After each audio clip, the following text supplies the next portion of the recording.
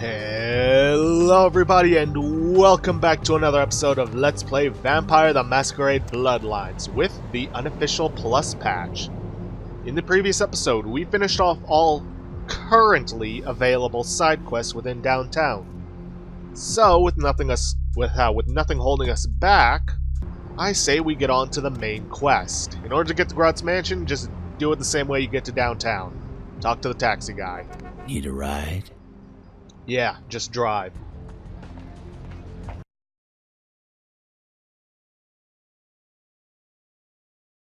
I don't know why she sometimes pulls out her... You. What are you doing here? Yo, Nines, what's up? No. That wasn't really a yes or no question. You should get out of here. This place is bad news. Pardon me. Oh, why? What's inside? Weird.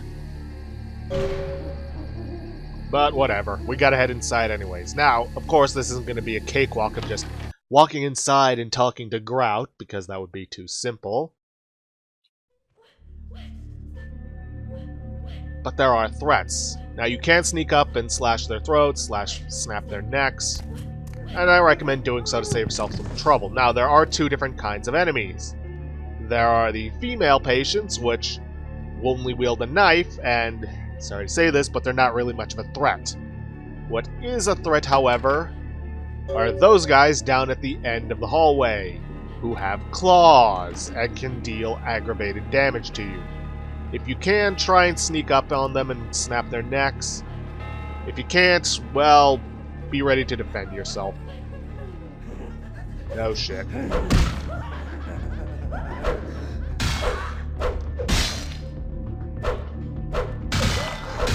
They are a bit erratic in their movements. I do recommend trying to block their attacks if you can. And unfortunately, I don't think we can... Well, no, we can feed from them, so that's something at least.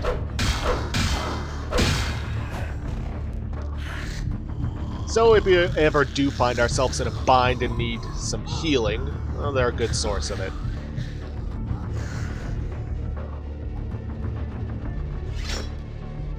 Now then, we can actually find these tape recorders which have Grout's messages on them. And I recommend listening to them if you want to get some detail on Grout. It is quite peculiar, the happenings I've been made to witness for my supernatural longevity. I am thinking of one unfortunate phenomenon in particular, of unique interest to my station, both as a professional and as a sufferer of this vampiric condition. It seems the stream of time has begun to erode the moorings of my chosen course of study, for the methodologies that gave birth to psychology are slowly disappearing. I find myself in an era that overlooks the physical component of psychological pathology time and again in favor of the sophistic practices of Freud. Phrenology, dactopintilism, and the rest of the old guard has fallen by the wayside, its champions all silenced in death, with my unique exception. Would that I could make my voice heard again, although it may be suspicious should I return to popular medical discourse 50 years after my apparent death. No, better that I continue my studies into the psychoses in secret. One day, may I hold up my own cure as validation of the methods. I am confident no cure for my condition, or that of my beloved wife, lies within our figurative minds, waiting to be unlocked by the correct combination of memories recovered from our childhoods. And I'm most certain it has nothing to do with the relationship between myself, my parents, and my genitals. Sorry, Sigmund, but I choose to stay my course. In time, too, may your star fade and disappear.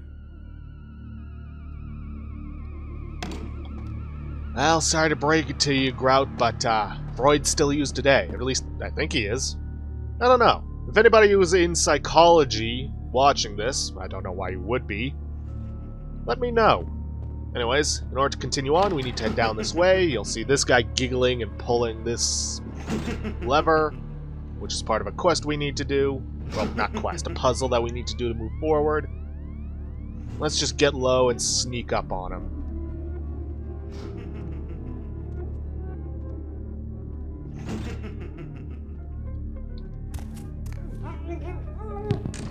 There we go. See, on the table we can find a note that states perception at once shapes the mind and rules over time. Time, however, erodes human perception and then in turn warps the mind. The mind is capricious, having various effects on perception, time, and the mind itself. With harmony, progress is made. Basically, we need to pull these levers until all the lights are lit. Now, you do know what the symbols are once you look at them. This is the mind, this is time, and this is perception. However, we also have a recording over here. Unfortunately, I can't wander away from it because, well... Another unfortunate casualty to tide of time, insane asylums. I lament their loss not only as brokerage houses for the breadth and depth of human psychoses, but also I shall mourn the disappearance of that peculiar environment present only in an insane asylum. That palpable atmosphere of blistered brains and churning bowels, the odoriferous melange of freely flowing bodily humors, that gently rolling cacophony of distant sobs and screams, the muttered cursing at perceived enemies, and the blissful gurgling of the lobotomized, like a newborn babe discovering the sky. I shall still find test subjects as surely as I find bloody sustenance in the night, but this climate, I fear, may never be replicated. Anyways, as you saw, we just picked up a Weekapog Thistle, which is only there if you are playing the Plus patch. In the regular, you would actually find Scarlet Torkelson, Circus Performer, which is the same book we found in the hotel. So those two were swapped places, just made more sense. What it does is, this petrified reed was not meant to fall into the hands of the damned, but vampires can benefit from its shamanistic magic all the same. Increases defense by 1 point. Very useful. Okay then, so maybe I was wrong, but I'm willing to bet we still need to remain in the same room in order to hear it, so there's that. Anyways, by completing that puzzle, we open up a door, which we need to get through. Right over here. You're going to want to get down low because there are a lot of enemies in here.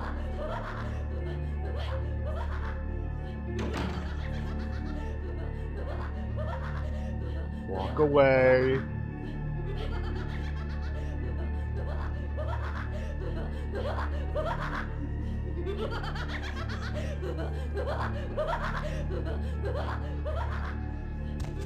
Well, shit. Okay, looks like I managed to take care of him without alerting his friends, so there's that. I'll just go ahead and snap their necks, because there's no point in getting to an all-out battle with them. Because you don't get experience for it. Let's see. How did I not notice that one? I guess I was too focused on her clawed friend. Now, many of these doors are locked. They will be unlocked later on for us to go through, but for the time being, we can't go through them.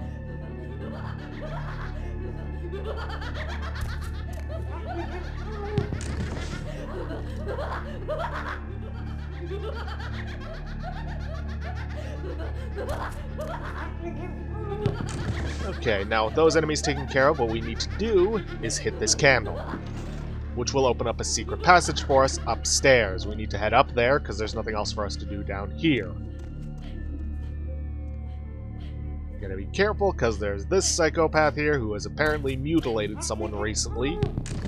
Poor soul. What's this do?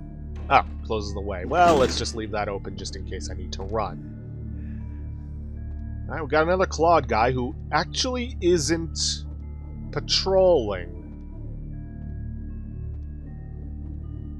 Ah, shit. Oh well, guess I'll just drink your blood. You're thankfully the only one around.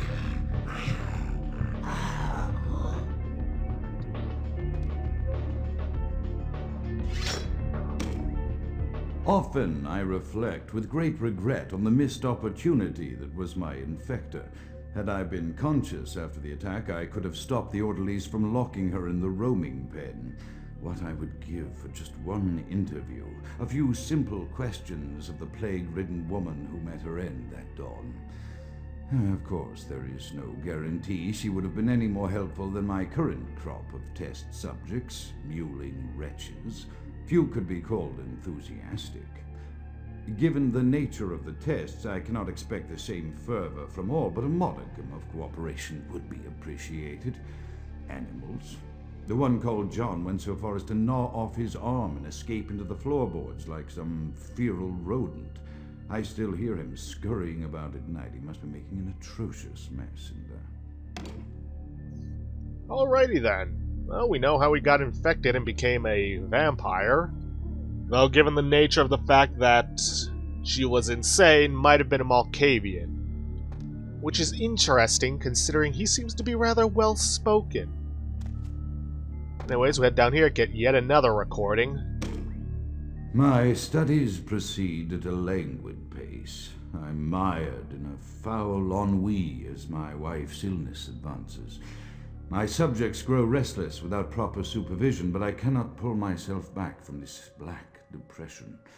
How many nights I've wasted now, gazing from the tower walk, pondering the frailty of existence.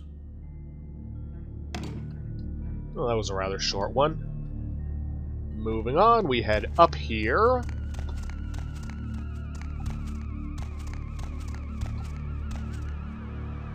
Out the door, outside, funnily enough. And then immediately head back inside, only to head back down. Yay. Up and down, up and down. Oh, Jesus, is making me dizzy. Okay. Got another insane patient here, as usual. Snap their neck.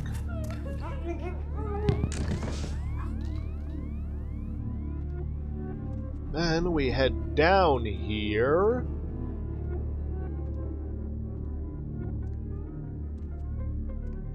And into yet another room. The green hall this time. With yet another patrolling claw boy. Seems like he's just sticking over to that area, so let's take her out before we get noticed.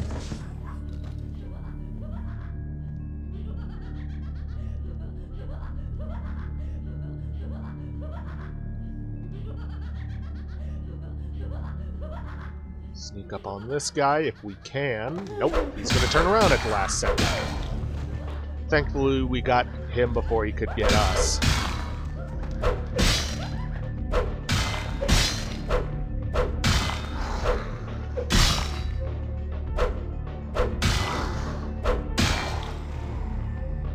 Alright, that little damage shouldn't be a problem.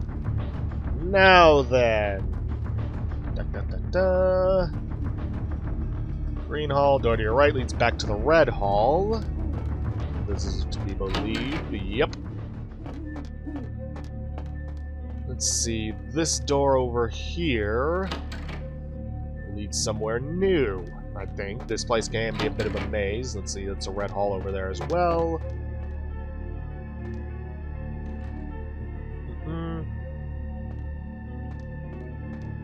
Okay, this one's locked. Can't go through there.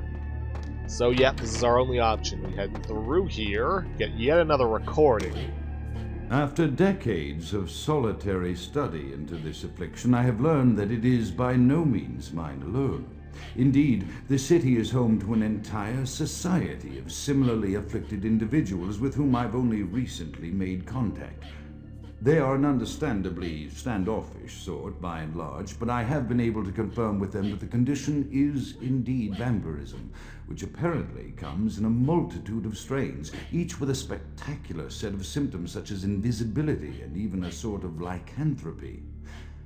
Through numerous official interactions with the governing body of this secret society, I have concluded that their fundamental understanding of the vampiric condition is woefully lacking and mired in suspicion and pseudo-religious dogma that would make a Turk balk for its strictures.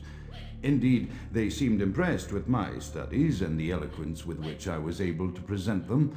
Apparently, the typical sufferer of my particular strain of vampirism is far from the vanguard of the King's English.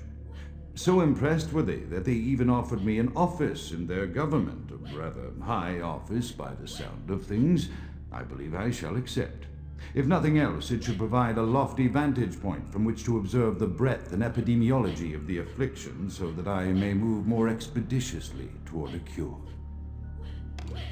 Now, what's meant to happen is there's meant to be a nice effect where you think that's just a reflection. It's not, spoilers.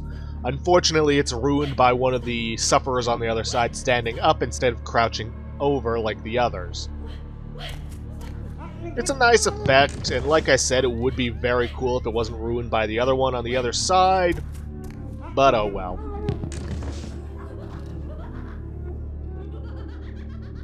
What we need to do is hit the switches on here, which opens up a secret passageway, and ta-da!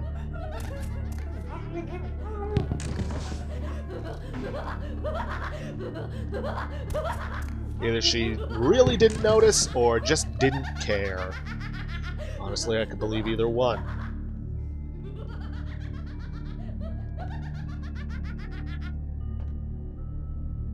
Okay, I think I might be going insane as well.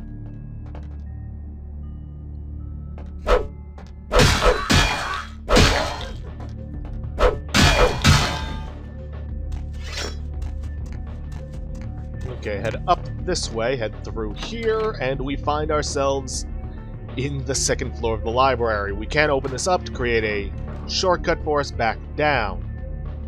Now then, there are two ways to solve this riddle. One involves inspection, which we have invested nothing into, because, to be honest, there aren't a whole lot of instances where you need it. Basically, it lets you find a book that can be pulled, which solves the riddle instantaneously. Unfortunately, that's not the case for us. Instead, we must find yet another note. Chaos, like the mind, can be understood only through scientific process. Order, however, is only as good as the perception thereof.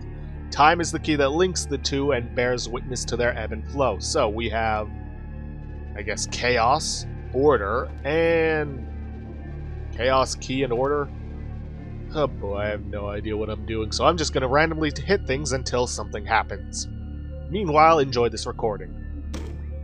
I have accepted the role of Primitive for Clan Malkavian, the dreadfully winsome label applied to the particular strain of vampirism I suffer, so named for some supposed vampire father figure of old, more poppycock grown from a backward culture that seems interminably drawn to children's tales and the fiction of Victorian romance, when it should concern itself with the science behind their suffering. No matter, for I have taken this office for no greater reason than to advance my research. I must make mention, however, that even among my would-be peers in this governing body of vampires, the level of paranoia and superstition is frightening. Their intelligence is not the question, no, indeed. As they courted me for this appointment, I had to suspect that their overtures were hand-tailored to what must be my obvious infatuation with reason, for the devil would do well to have such honey-tongued tempters. Even so, I could not help but notice the dressing of language these vampire leaders chose for their siren song. Whether it is born of habit, from addressing their unwashed, ill-educated subjects, or from their own deep-seated beliefs, their linguistic flourishes belie a faith in superstition over the providence of empirical reason that must be an all-pervasive theme in this society of darkest night. Damn it all, now I'm doing it too. Okay, so, if you noticed, you can apparently just pull this one enough times, much like with the mine down below, just to get it all to go. I didn't know, I wasn't expecting to solve it that quickly. I don't think there's anything up here for us to grab. No, doesn't look like it. Anyways, head down the ladder, and we now head down into this secret passageway filled with electrical beams. You're going to want to crouch down, hit this switch to turn off some of the beams. Quick save, because this can kill you pretty much instantaneously, and move slowly and carefully. I'm going to head over to this one where we can pick up a Tarl Fang from the ground. We don't know what it is at the moment. but in just a sec it should, yep.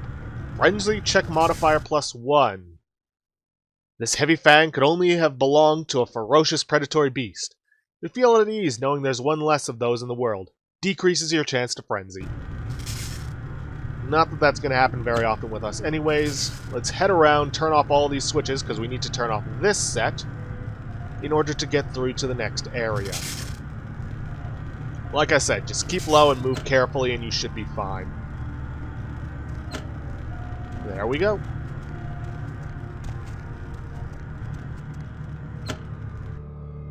And that opens up something in the Red Hall for us to go through.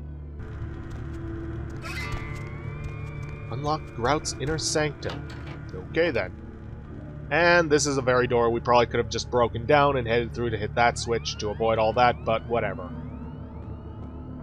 Anyways, head on back. Thankfully enemies don't respawn around here. And then head through this door to a new area.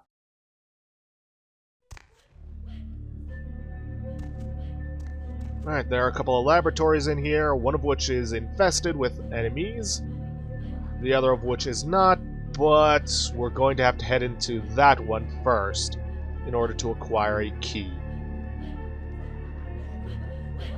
As usual, I'm going to try and take out Clawboy first before he notices me.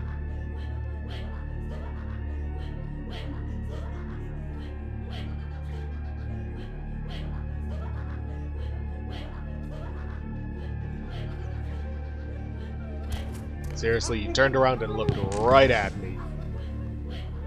Oh well, may as well put the rest of these guys out of their misery, to keep them from chasing after me. But also, somewhere in here is... boom! Laboratory refrigerator key. We're gonna want to head in there.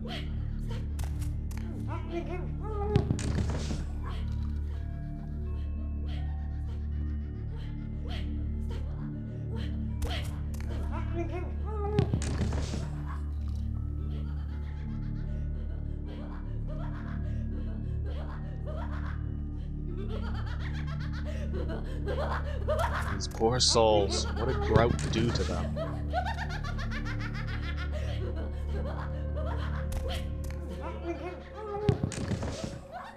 Well, I'm sure we'll get some answers from him when we find him. See, any more recordings in here for us to look over? No? Alright then, use the key, head inside, and we can get some blood packs. And some Elder Vitae. These are essentially the best kinds of blood packs that you can get in the game. This bag contains extremely potent blood. The hows and wheres of its origin are probably best left unexplored. Yeah, probably for the best. Now let's see.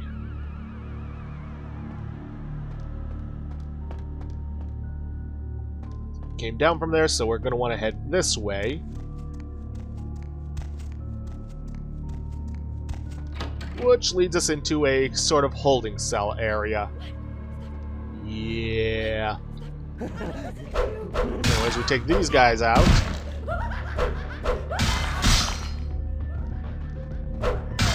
Probably going to be drinking from one of them just to replenish some health.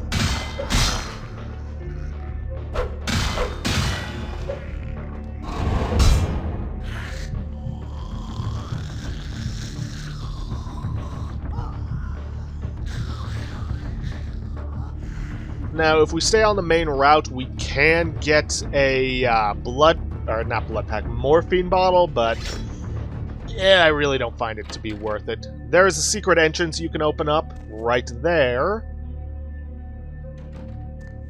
And there's apparently in the plus patch that there is a telephone switch on the side room you can open up, but I have no idea what it's talking about. Anyways, we head up onto here, and we can see down into the cells. But we can also avoid everything that's trying to kill us, like that guy.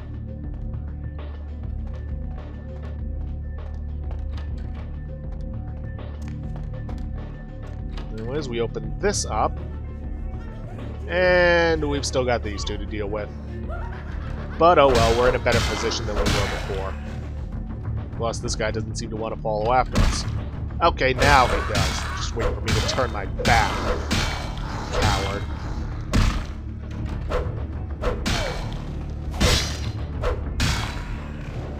Oh, well.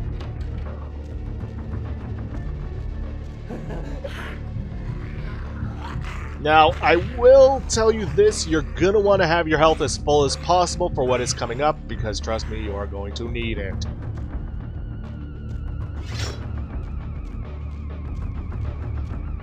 Now then, in here, I want to crouch down, and then we need to climb up first the cell door, but then we also want to climb up these wooden beams. Up into here. There's yet another claw boy, but whatever. When you've got as good an unarmed skill as us, you don't really need to fear these kinds of guys, at least when they're alone. And then we head through this door. Head on up the stairs, and we find yet another recording. I am no longer safe. I know it. The voices have proven themselves authentic, and I have withdrawn from the Vampire Society entirely. My absence will no doubt draw attention, but I could no longer hold my fragile composure around the ravenous eyes of my vampire peers, especially not around him. The voices compelled me to make what I fear is a Faustian bargain, but I had to, for their demands are constant and merciless. I have secluded myself within the mansion. I know he will strike out at me. He will go to any length to achieve his ambitions, and he knows it, I know. I have taken precautions to protect my beloved wife. Her cure will have to wait until our immediate safety is guaranteed. The mansion was constructed with security in mind, but at that time I was not privy to the full range of vampire capabilities. The voices echo in the twisted corridors of my psyche, dark whisperings of a macabre and formless menace, the approach of which portends an end to all of this. Well, looks like Grout was losing his mind. We should probably take this, but unfortunately the game won't allow us. Anyways, head up into here, and we see what appears to be his wife. Oh boy. In order to open things up, you need to play this.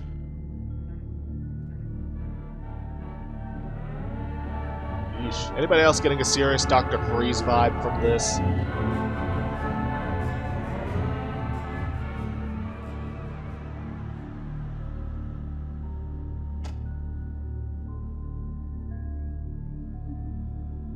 I mean, what all do we have in these jars?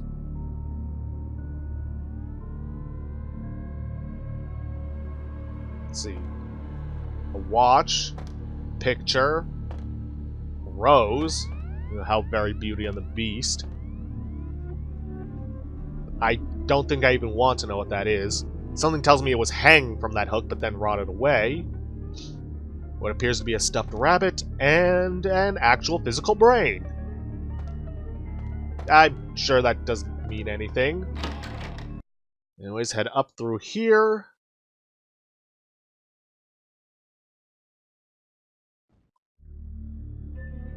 And we find what's left of Grout. And it looks like somebody staked him and then left him for the sunlight.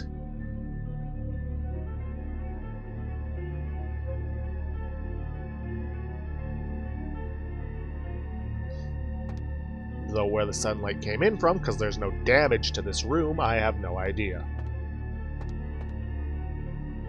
And it doesn't look like there's anything for us to pick up. What the?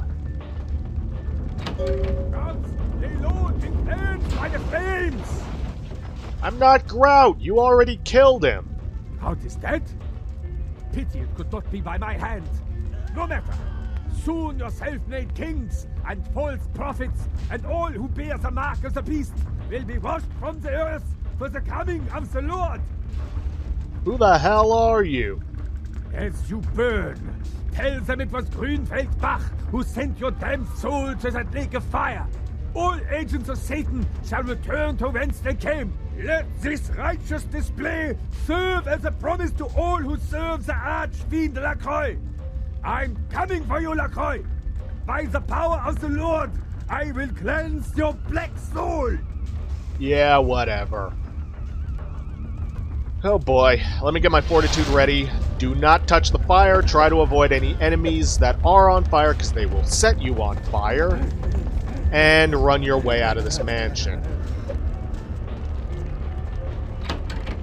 Fire will, for the most part, show you which way to go. But anyways, head upstairs, through that door. Just follow my directions. Don't bother with any of these doors. Again, avoid enemies that are on fire, because they will do a little extra damage to you. Because, well, turns out flames are rather effective against vampires.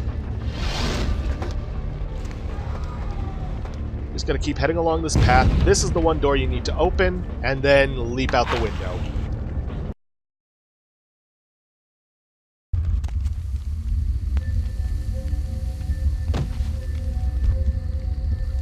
Okay, I know we are out of time. Let's see, this is not a violation of the Masquerade. Okay, that means I can head back without having to wait for this to come down. But I may as well head back and report to LaCroix.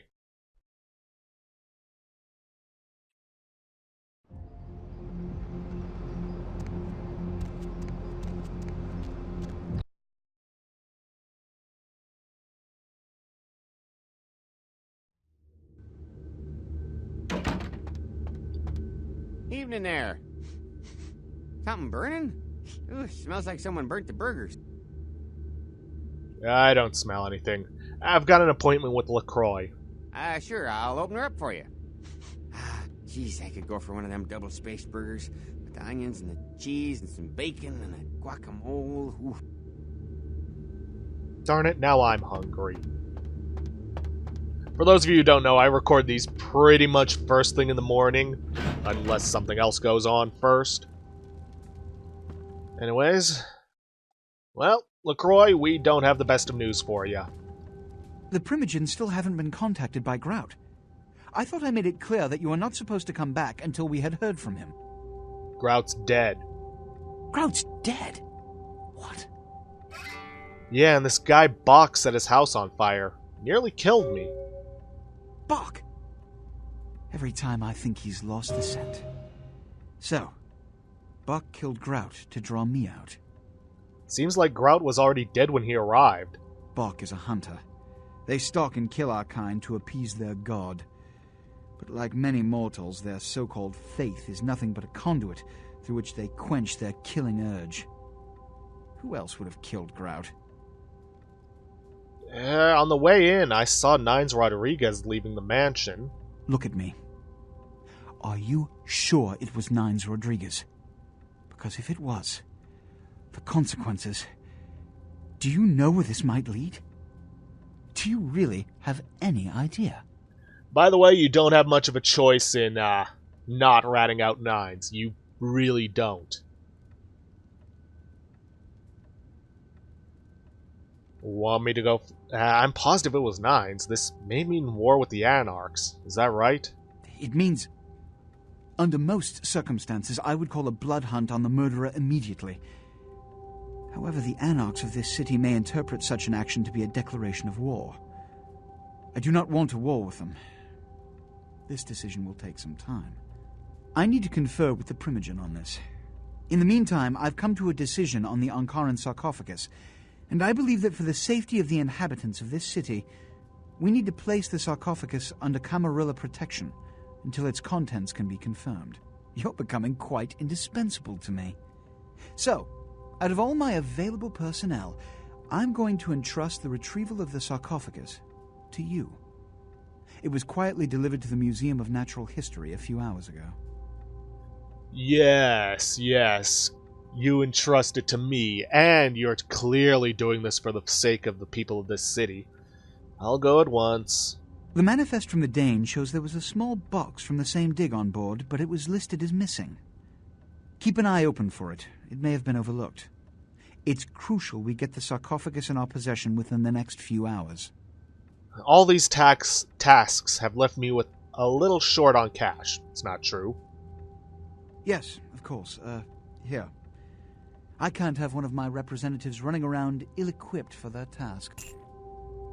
So, what do I do now? Here are the keys to the front door of the museum. The sarcophagus should be in an examination room of some sort.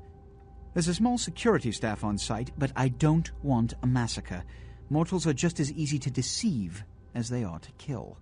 Translation, don't kill anyone if you can help it. Alright, I'm ready to go. There is a degree of immediacy attached to this task. Work fast. And, as on the Dane, you are not to open the Ankaran sarcophagus for any reason. Excuse me. Okay. Now then, if you have not yet completed the necromantic quest, do it now. One of the artifacts you need to find for Pisha is in the museum. If you do not pick up the quest, then you cannot find it, and thus you cannot get a relic, which I personally find is very, very useful to us. But anyways, with that, we have come to an end for this episode of Vampire the Masquerade Bloodlines. If you guys like what you see, please leave a like, subscribe for future content, don't forget to hit that bell icon to get notifications for when I upload, or to hit the straw polling to vote for our next Let's Play. And please, leave a comment down below this video. I'll see you guys in the next episode. Thanks for watching.